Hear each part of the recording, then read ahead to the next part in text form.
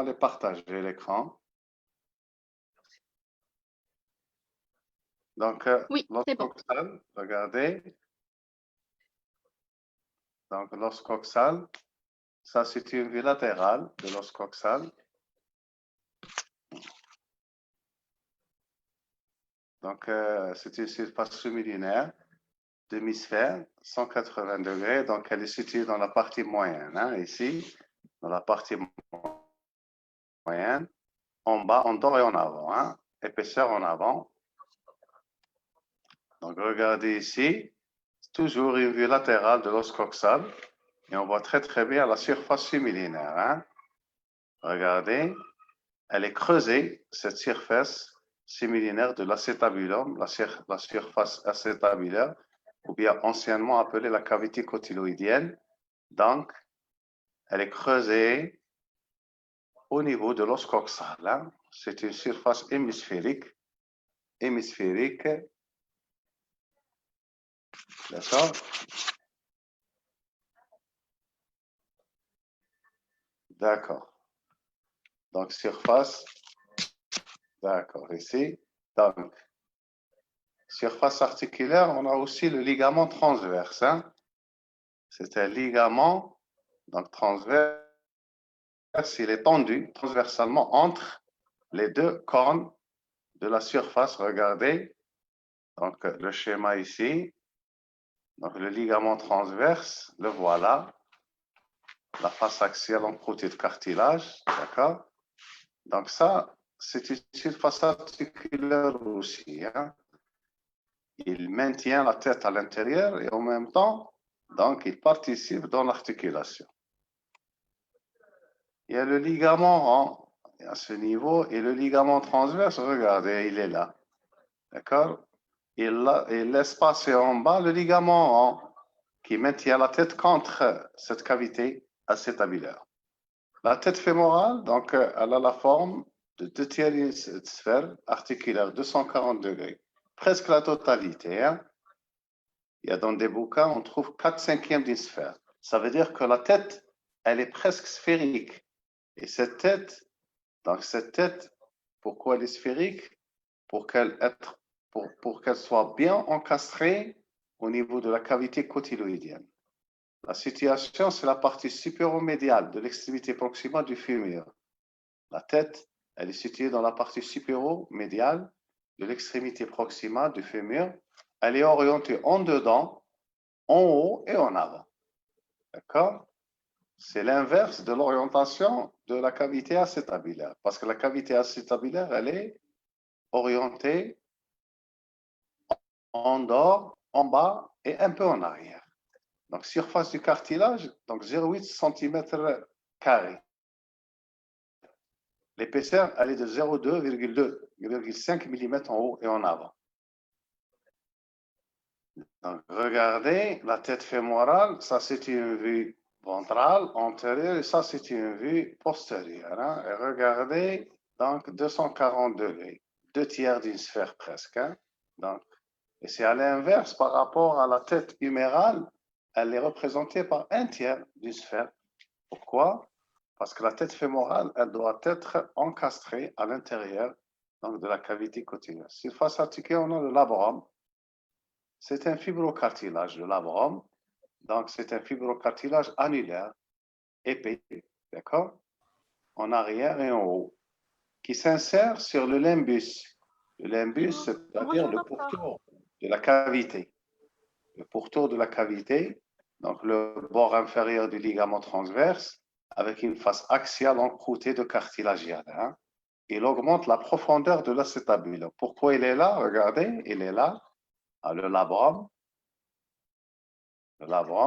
d'accord? Appelé aussi le bourrelet cotyloïdien. Anciennement, on l'appelle le bourrelet cotyloïdien. C'est un fibrocartilage annulaire. Hein? Regardez, insertion, limbus. Il s'insère sur le limbus. Le limbus, il est où? Voilà le limbus. Le limbus, c'est la circonférence de la cavité.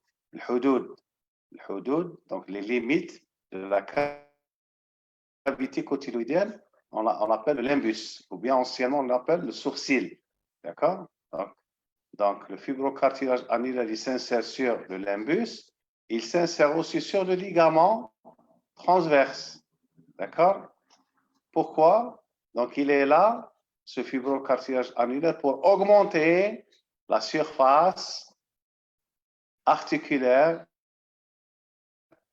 de l'acétabulum, pour l'augmenter. Pourquoi? Parce que si on calcule la surface de la tête fémorale, elle est plus importante que la surface de l'acétabulum. Les moyendignons, on a toujours, les moyendignons, on a une capsule synoviale et les ligaments. D'accord? Capsule synoviale et ligaments. Hein? Donc,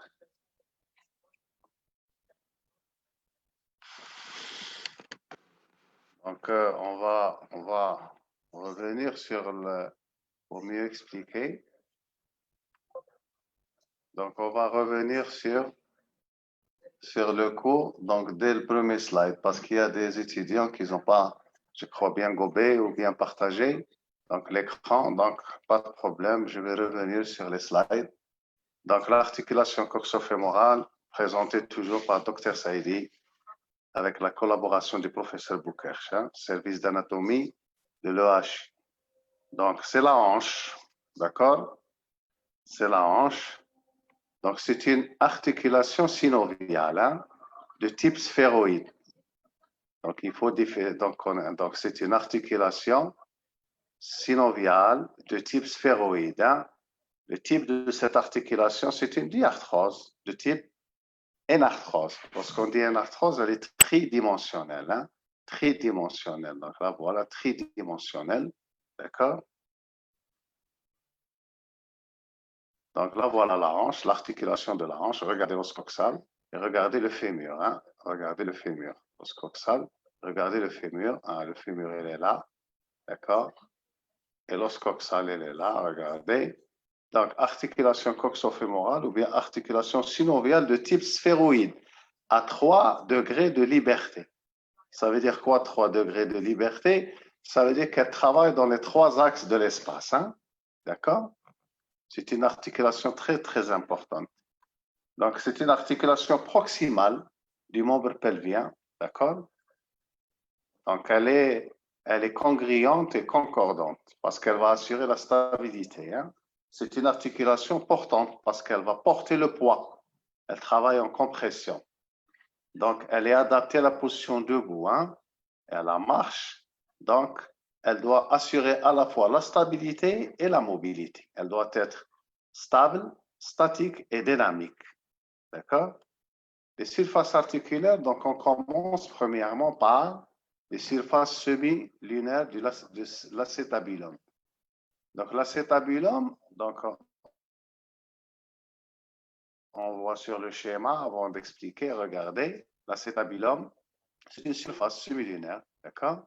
Surface semi-lunaire, donc dans la partie moyenne de l'os coxal, donc elle est située dans la partie moyenne, en bas, en dos et en avant, d'accord? En bas, en dos et en avant, épaisseur en haut, elle est épaisseur en haut et en avant, pour assurer une bonne couverture, hein? D'accord? Donc, la forme semi-sphérique, articulaire, situation de la partie moyenne, orientation en bas, en dos, en avant. La surface, elle est de 12 cm² et l'épaisseur, elle est de 2,5 mm. Hein? D'accord? Donc là, voilà notre surface articulaire. D'accord? La voilà ici aussi. Regardez, elle est creusée dans l'os coxal. Hein?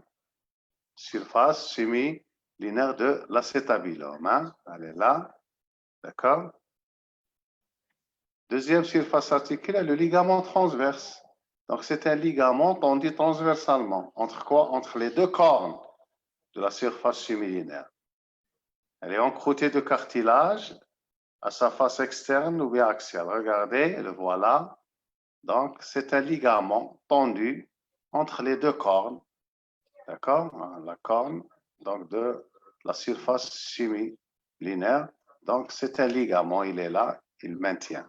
D'accord? Donc, ligament, voilà le ligament transverse à ce niveau. La tête fémorale, donc la tête fémorale, elle représente 2 tiers d'une sphère de 140 degrés. La situation supéromédiale, elle est orientée en dedans, en haut et en avant. D'accord? Regardez la tête. 240, vue antérieure et une vue postérieure. Le labrum, surface articulaire, le labrum, donc c'est un fibrocartilage annulaire épais. Il s'insère sur le limbus. Regardez ici sur le schéma, il s'insère sur le limbus. Il s'insère sur le ligament transverse, ce ligament transverse. Donc, les moyens d'union des articulations, c'est comme toutes les articulations, on a une capsule synoviale et des ligaments. Donc, pour la capsule, c'est un manchon fibreux cylindrique qui s'insère sur la face périphérique du labrum, le bord inférieur du ligament transverse, le limbus de l'os coxal, et le long de la ligne intertrochantérique du fémur en avant. Et à la partie moyenne de la face dorsale du col, c'est-à-dire en avant et en arrière, ce n'est pas la même insertion. Donc, les fibres orbiculaires, ils sont circulaires. D'accord? On les voit ici. Regardez, la capsule, elle s'insère. Regardez la partie antérieure, donc la ligne intertrochantérique antérieure. Mais postérieurement, elle est au milieu du col. Regardez l'insertion. L'insertion au niveau du labrum. Voilà le labrum en vert. Et l'insertion au niveau de l'os coxal, le cil, ou bien ce qu'on appelle, d'accord, ici, donc soit le sourcil, soit le limbus. Donc, elle s'insère sur le limbus, la face antérieure, la ligne intertrochantérique, au milieu du col et sur le labrum. L'insertion de la capsule, donc là, voilà la capsule, regardez, c'est un manchon fibreux, regardez, elle doit entourer toutes les surfaces articulaires, Regardez la capsule ici, on la voit ici très très bien, l'insertion de la capsule. Ça, c'est une vue antérieure, d'accord, de l'articulation coxofémorale. Et ça, c'est une vue postérieure, d'accord, capsule articulaire et la zone orbiculaire à ce niveau. Le labrum, c'est un moyen d'union aussi, lié à la capsule. Le labrum, c'est une surface articulaire, on l'a vu dans les surfaces articulaires. En même temps, c'est un moyen d'union parce qu'il doit maintenir la tête, d'accord, contre l'acétabulum. Les ligaments, donc on a les ligaments iliofémoral, c'est le ligament de Bertin. Deuxième ligament, il est toujours antérieur, c'est le ligament pubofémoral. Ces deux ligaments, ils sont donc antérieurs. Postérieurement, on a le ligament ischiofémoral, il est postérieur. Et un ligament intracapsulaire à l'intérieur, c'est le ligament rond. D'accord, le ligament de la tête fémorale. On va le voir ici. Donc, le ligament iliofémoral de Bertin, regardez. Le ligament iliofémoral de Bertin, regardez, ilion. L'origine, c'est l'ilion. Il se termine au niveau de la ligne intertrochantérique.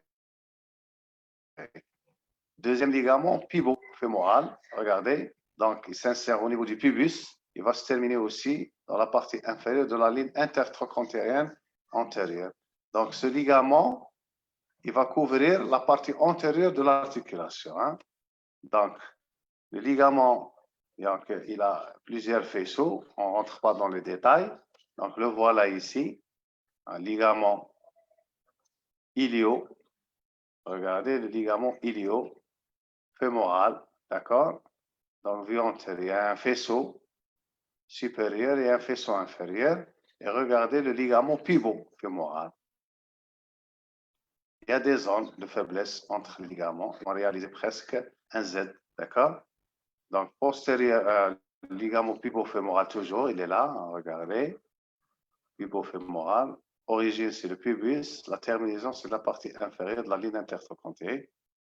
Donc, le voilà ici aussi. Ligament ischio-fémoral, regardez, il est postérieur, le voilà. Il assure la partie postérieure. Ça, c'est une vue postérieure de l'articulation coxofémorale. Donc, l'origine, la partie postérieure, donc de la région ischiatique, d'accord? Et il se termine au niveau, donc, de la ligne intertrochantérique postérieure. Donc, le voilà ici, on le voit très très bien, schématiquement. Le ligament de la tête fémorale, ou bien le ligament rond, il est intracapsulaire et extrasynovial. Il est résistant et souple. Il s'insère dans la fosse acétabulaire par trois racines antérieures moyenne et postérieure, on va le voir, et il se termine au niveau de la fovea capitis, d'accord? La dépression de la tête fémorale. Hein? Donc, regardez, il est là, regardez, ça c'est le ligament de la tête fémorale. L'origine, regardez l'arrière-fond, d'accord? La cavité acétabulaire avec 3 faisceaux, hein? Un faisceau corne antérieur, faisceau dans le corne postérieur et faisceau au niveau du ligament transverse. Hein? Il se termine où? Il se termine dans la fossette du ligament rond, bien ce qu'on appelle la fovea capitis, à ce niveau. Donc, c'est un ligament qui mesure 3 à 5 cm. Il est très résistant. Hein? Il maintient la tête contre la cavité. Il joue un rôle fondamental dans la vascularisation de la tête fémorale, hein, parce qu'il va porter le paquet vasculaire de la tête fémorale. Hein. Donc, le voilà, et voilà l'artère fémorale, regardez, et le voilà. Donc, le ligament rond, 3 racines. D'accord? Ligaments à distance. Il y a des ligaments à distance. Le tractus ilio-tibia, ce qu'on appelle anciennement la fascia lata, ou bien le ruban latéral fibreux, le voilà. La fascia lata, ou bien le tractus iliotibial. D'accord? Tractus iliotibial. Parce qu'à l'origine, c'est l'iliac, il se termine au niveau du tibia. Donc, parce qu'il y a un petit muscle ici, c'est le tenseur de fascia lata. Hein? D'accord? Donc, moyen de glissement, la synoviale, c'est un liquide synovial nourrit le cartilage par l'imbition. Elle tapisse la face profonde, d'accord? Donc, la face profonde de la capsule. Donc, cette synoviale, elle est richement vascularisée. Hein? Voilà, regardez la synoviale. Elle est richement vascularisée, d'accord? C'est une coupe vertico-frontale de la hanche, hein? D'accord? L'anatomie fonctionnelle, on peut en position 0. Donc, debout, genou tendu. Donc, l'articulation, donc, elle permet de faire 3 mouvements. Hein? Flexion, extension, regardez la position 0 anatomique. Donc, le centre de mouvement, d'accord? On ne rentre pas dans les détails. Donc, le centre de mouvement, regardez, c'est la tête fémorale. Hein? Là, voilà, la tête fémorale, les deux hanches. Donc, l'articulation coxo-fémorale ou bien l'articulation de la hanche. Hein? Donc, l'axe du travail. Donc, regardez toujours l'axe anatomique numéro 1. Et ça, c'est l'axe du travail. Parce que l'axe du travail de la tête fémorale, regardez, il va descendre entre les deux condyles fémoraux. Ça, c'est l'axe numéro 2, l'axe du travail. Et ça, c'est l'axe anatomique. Hein, d'accord? Parce qu'il est très important, l'axe du travail. Donc, le plan de mouvement de l'articulation coxo-fémorale. Hein? Donc, 3 plans tridimensionnels. Un premier plan, le voilà, c'est le plan horizontal, d'accord? Le plan horizontal toujours, le plan horizontal, donc de dos en dedans, d'accord? Le plan sagittal, numéro 2, donc sagittal d'avant en arrière, regardez, d'avant en arrière, le plan sagittal, et le plan frontal. Donc un plan frontal, parce que dans le plan frontal, donc on peut faire donc, beaucoup de mouvements, hein, 3 mouvements tridimensionnels, 3 plans. Donc, mouvement de flexion, extension, le premier mouvement. La flexion, genou tendu, c'est la flexion active, hein, 80 à 90. Décipité, genou fléchi, 120. Genou tendu, genou fléchi, la flexion passive, elle peut aller jusqu'à 140 degrés. Hein, d'accord? Donc, ça, c'est important pour les bilans fonctionnels de l'articulation coxo-fémorale. Hein. L'amplitude, elle est importante. Donc, regardez la flexion. Regardez, 90 degrés, normal. Même en décubitus dorsal, ça, c'est un mouvement de flexion. Hein? Donc, on le voit très, très bien. La flexion active, regardez la flexion active avec genou fléchi. Genou, il est fléchi. La flexion active, elle peut aller jusqu'à 120, 140 degrés. Hein? D'accord? Donc, passive, regardez la passive, genou tendu. D'accord? 120 degrés. Genou fléchi à 145 degrés. Elle peut aller jusqu'à 145. C'est passive. Donc, parce que passive, on va prendre le membre.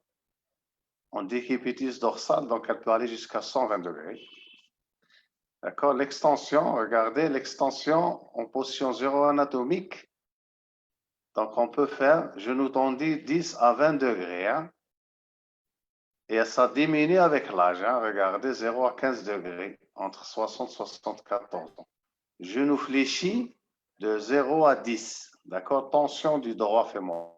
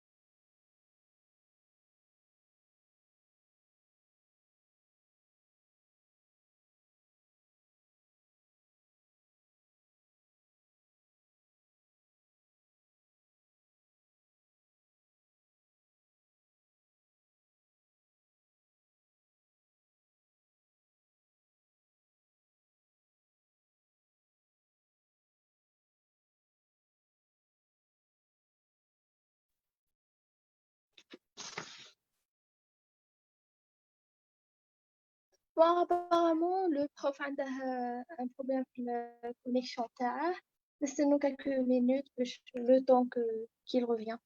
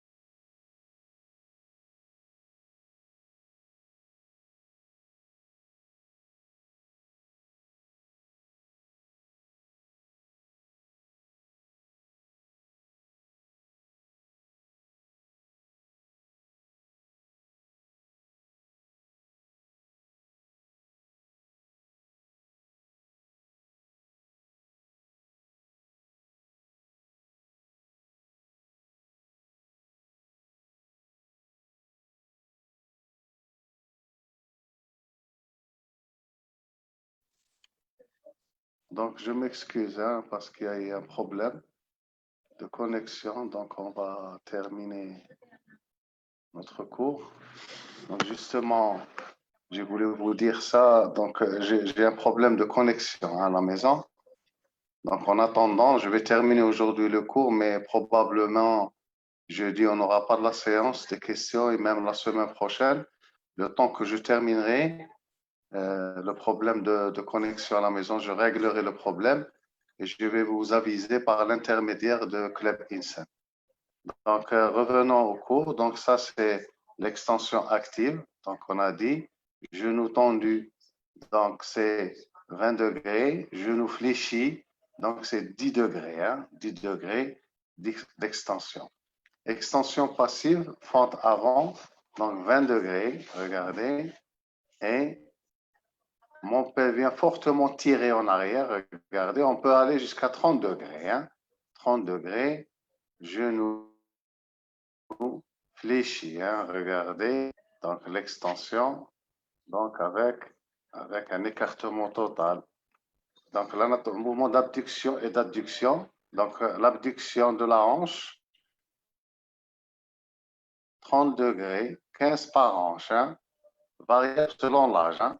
Hanche entraînée à 90 degrés. 45 par hanche active sans appui 120 et un grand écart, il peut aller jusqu'à 180 degrés. Hein?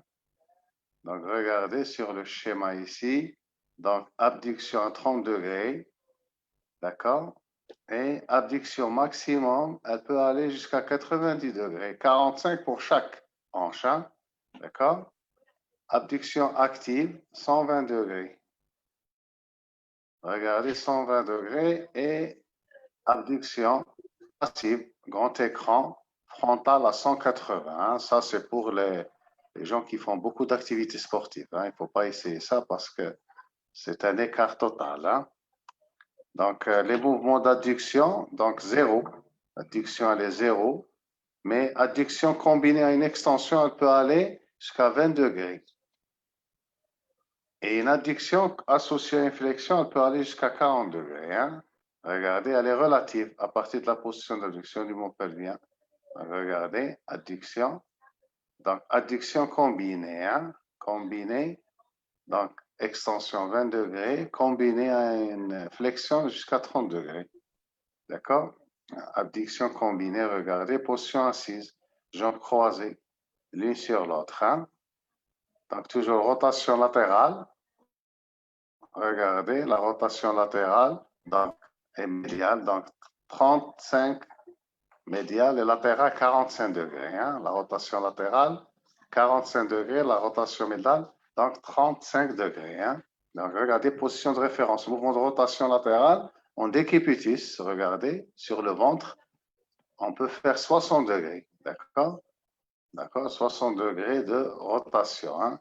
Si j'ai assis sur une table, le genou fléchi, la jambe se porte en deux, dans rotation latérale, donc 60 degrés. Hein? Regardez. Si j'ai, donc on assiste tailleur, regardez, ou bien ce qu'on appelle en jargon tkefel. Tkefel, donc une rotation latérale, se combine à une flexion plus de 90 degrés et une abduction. D'accord? Donc la rotation médiale, donc 30, regardez, 35 degrés, 30 à 35 degrés, la rotation médiale, d'accord? Donc 30 degrés, décubitus ventral.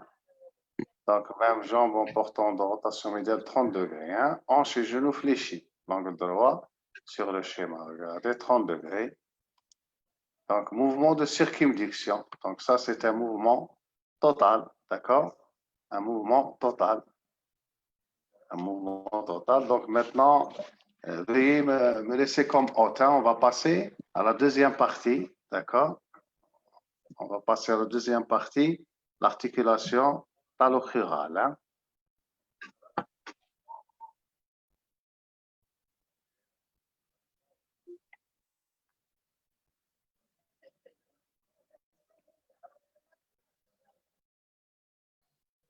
D'accord? Donc, on va passer à la deuxième partie, l'articulation talo-crurale.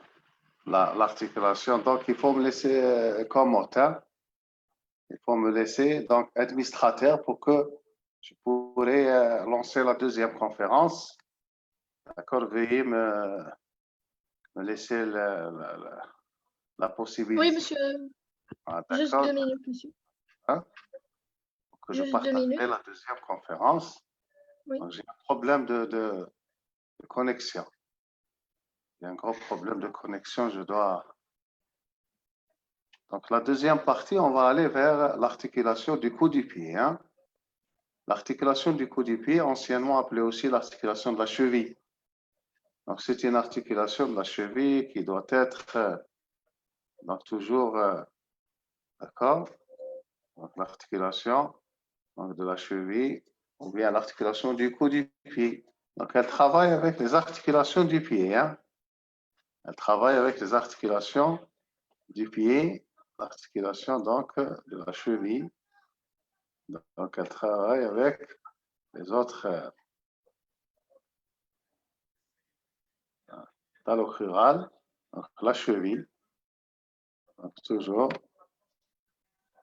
l'articulation de la cheville, donc toujours présentée par Dr Saïdi. Donc, regardez l'articulation talocrurale, ou bien ce qu'on appelle tibio-fibulotalaire, d'accord? Donc là, voilà la cheville. Donc, elle travaille avec les articulations du pied en même temps. Hein? Donc, pince à écartement variable et non une mortaise tibiofibulaire. Donc, il y a une mortaise d'un côté tibiofibulaire et de l'autre côté un tenant, talin, ou bien astragalien. Hein? Regardez. Donc, ici, c'est la mortaise tibio-péronienne.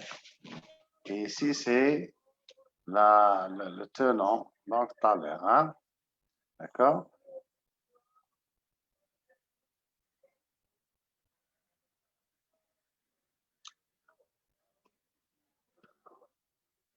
Donc, l'articulation talocrurale, toujours.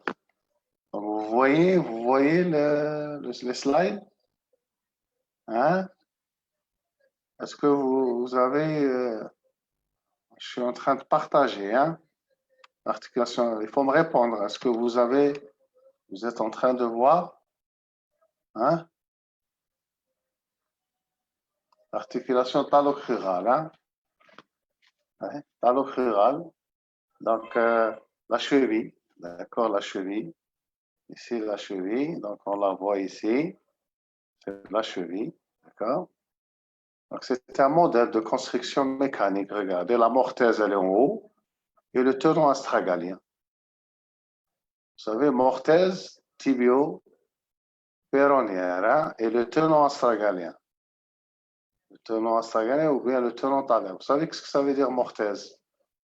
Mortaise et tenon. Mortaise, c'est باللغة العربية غادي نعطيكم التعريف تاعها سي المهرز كيما المهرز et le tenant c'est lié تاع المهرز hein? Le tenant c'est lié تاع المهرز d'accord donc le tenant c'est l'astragale le talus et la mortaise le مهرز c'est-à-dire la mortaise c'est la mortaise tibio-péronnière hein? Donc c'est une articulation synoviale de type ganglim qui supporte tout le poids du corps avec un rôle primordial dans la statique du pied. Donc, elle joue un rôle très important dans la marche et la position statique et le déroulement de la marche. D'accord? Sur un terrain soit plat, soit accidenté. Mais le déroulement de la marche, il est contribué aussi à toutes les chaînes articulaires du pied. Hein? Un seul degré de liberté, hein? L'articulation de cheville, un seul degré de liberté. C'est-à-dire, elle va faire que la flexion et l'extension normalement. D'accord? Regardez. Axe transversal, l'axe longitudinal de la jambe et l'axe longitudinal du pied. Hein? Troisième rayon. Les surfaces articulaires, on a surface tibiofibulaire. Hein? Donc la surface de la mortaise, on a la surface articulaire du tibia distal, surface articulaire de la malléole tibiale et surface articulaire de la malléole fibulaire. Hein? Donc, cette surface articulaire a la forme trapézoïde, à grand axe oblique, Le bord antérieur est plus large en avant, le bord dorsal descend plus bas. Elle est concave sagittalement et avec une légère convexité transversale. Hein. Là, voilà. Regardez, tibia. Donc, ça, c'est surface articulaire distale du tibia. Et ça, c'est la malléole tibiale médiale. Hein. D'accord? Donc, regardez, c'est une valeur angulaire, c'est une coupe sagittale. Hein. Regardez, donc, 120 degrés et 80 degrés au niveau du talus. C'est voilà le tibia, la projection du tibia, la mortesse tibio-péronéale et le talus astragalais. Ça, c'est l'astragale, hein, à la surface articulaire du côté de l'astragale et la surface articulaire du côté du tibia. Hein. Donc, surface articulaire, malléolaire, tibiale. Hein. D'accord? Regardez la malléole tibiale. Là, voilà la surface articulaire, malléolaire, tibiale. Hein. D'accord? Donc, c'est une facette articulaire latérale de la malléole médiale. Triangulaire à base antérieure, convexe, verticale, oblique en bas et en dedans. La hauteur 1 cm et la valeur angulaire, une couverture de 75 degrés. Hein. Regardez, elle assure une couverture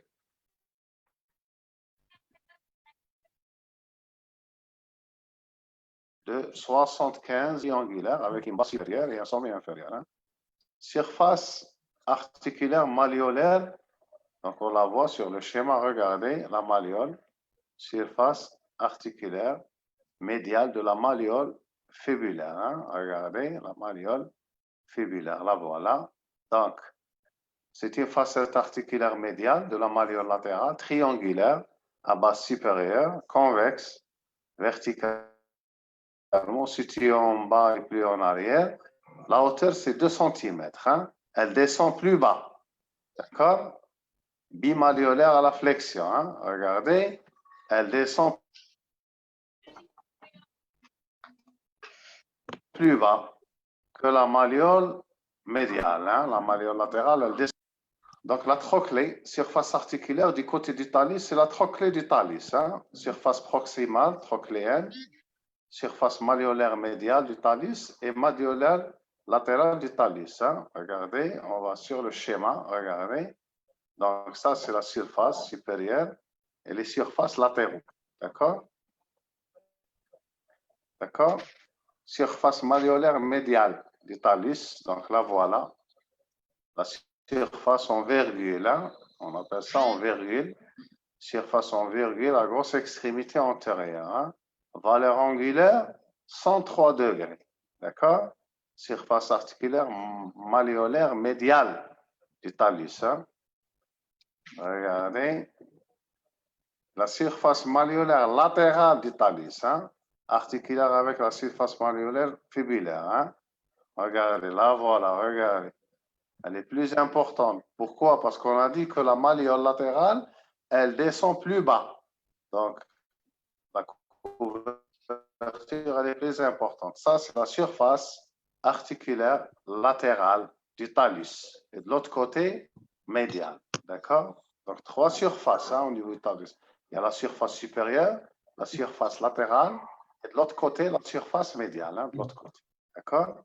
Moyen d'union. Donc, comme tous les moyens d'union, on a capsule, synoviale et ligament. Hein. Pour la capsule, c'est un manchon.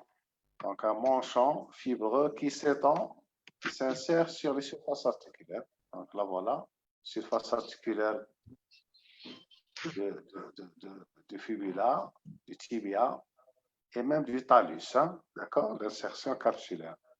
La synoviale, elle tapisse la face profonde de la capsule, hein, et elle se réfléchit en regard de l'insertion. Hein, d'accord?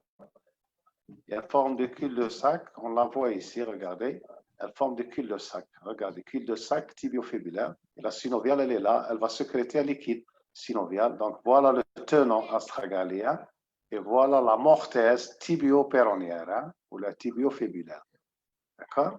Donc la synoviale, le cul-de-sac du synovial.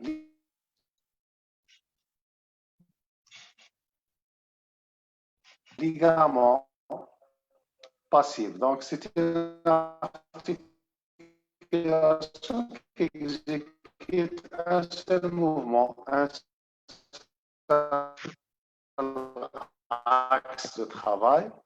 Donc, les ligaments les plus importants, c'est le ligament deltoïdien. Il est très important. Ça, c'est le médulo-talo-talaire ou le ligament antérieur. D'accord? Donc, le ligament collatéral médial, c'est le plus important. Triangulaire épais résistant. Donc, il a deux plans, un plan profond et un plan superficiel. Le plan profond, il y a deux ligaments, ligament tibio-talaire antérieur et tibio-talaire postérieur. Le superficiel, ligament tibio-naviculaire et le ligament tibio-calcanien, ce qu'on appelle le ligament deltoïdien. Donc ça, c'est le ligament deltoïdien, il faut voir sur le schéma. Regardez, donc c'est le ligament collatéral médial, le plan profond. Regardez, ligament talotibial antérieur et ligament talotibial postérieur. Donc on les voit. Et superficiellement, regardez toujours le ligament médial. Ça, c'est le ligament deltoïdien. C'est le plan superficiel. Regardez. C'est le ligament tibio-naviculaire et le ligament tibio-calcanien. Ça veut dire du tibia vers le calcanus, du tibia vers le talus, avec le scaphoïde. Il est transcaphoïdien, transnaviculaire. Hein? Regardez, ce ligament très puissant. Et vous savez, la lésion de ce ligament, elle va donner ce qu'on appelle l'entorse du pied. D'accord? L'entorse du pied. Hein? Le collatéral latéral, ligament talo-fibulaire antérieur, ligament talo-fibulaire postérieur et le ligament calcaneo-fibulaire. Hein? Ah, le voilà. Ah, le ligament talo-fibulaire antérieur. D'accord? Et le ligament talo-fibulaire postérieur. Hein?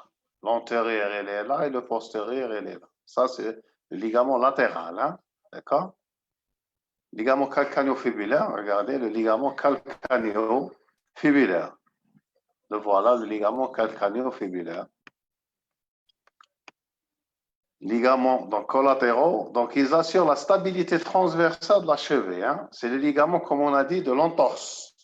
Et on empêche le varus anormal du pied. Varus, c'est-à-dire la rentrée du pied. D'accord? C'est des ligaments très, très importants.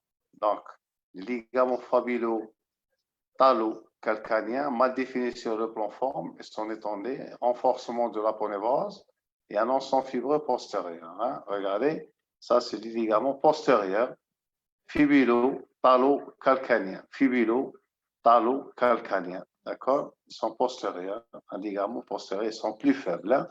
Pour l'anatomie fonctionnelle, position référentielle, donc position géro-anatomique, d'accord? D'accord? Regardez, position référentielle. Les mouvements du pied, donc abduction, adduction. Hein? Regardez. Donc le pied peut faire l'abduction et l'adduction. Regardez. Mouvement d'adduction et l'abduction. La rentrée et la sortie donc, du pied. Pronosupination. D'accord? Pronosupination. Donc il peut faire la pronation. Regardez. Ça, c'est la supination du pied. Et ça, c'est la pronation. Hein? D'accord? Le varus et le valgus, hein? Regardez, ça c'est un pied normal, ça c'est un pied en varus, et ça c'est un pied en valgus. Le valgus du pied, donc la sortie du pied, et ça c'est la rentrée du pied, en dedans. En dedans c'est varus, en dehors c'est le valgus. Éversion et inversion. Inversion, c'est l'adduction plus supination plus flexion plantaire, ce qu'on appelle varus éca. Et l'éversion, c'est l'inverse, c'est l'abduction, pronation, flexion dorsale. D'accord? Alors regardez, inversion du pied, supination, adduction et flexion plantaire. Et ça, c'est l'éversion du pied. Flexion dorsale du pied, c'est le contraire de la flexion plantaire. Abduction et pronation. Donc, c'est un mouvement d'éversion et ça, c'est un mouvement d'inversion. D'accord? Donc, c'est une articulation à 1 degré de liberté ne permettant que des mouvements de flexion. Donc, ce que vous devez retenir, c'est que l'articulation de cheville elle exécute que deux mouvements, flexion, extension, d'accord? Mais les mouvements du pied, c'est la résultante de toutes les articulations du pied. D'accord? Il y a beaucoup d'articulations du pied. Il y a l'articulation subtalaire, l'articulation médiotarsienne de Chopin, l'articulation tarso-métatarsienne de Lisfranc et les articulations interphalangiennes. Donc, toutes ces articulations du pied, c'est une chaîne polyarticulaire. Elles participent dans tous ces mouvements qu'on a vus. Mais l'articulation de la cheville, un seul axe. Si l'articulation est un seul axe, ça veut dire qu'elle va exécuter deux mouvements, flexion et extension. Regardez, position zéro anatomique. Donc, ça, c'est une flexion dorsale du pied. Le dos du pied, il monte, flexion dorsale. D'accord? 20 degrés. Et ça, c'est une flexion plantaire du pied, 40 degrés. Donc, ce que vous devez retenir, la flexion plantaire, ça, c'est la plante du pied. Flexion plantaire, on descend le pied, 40 degrés. Flexion.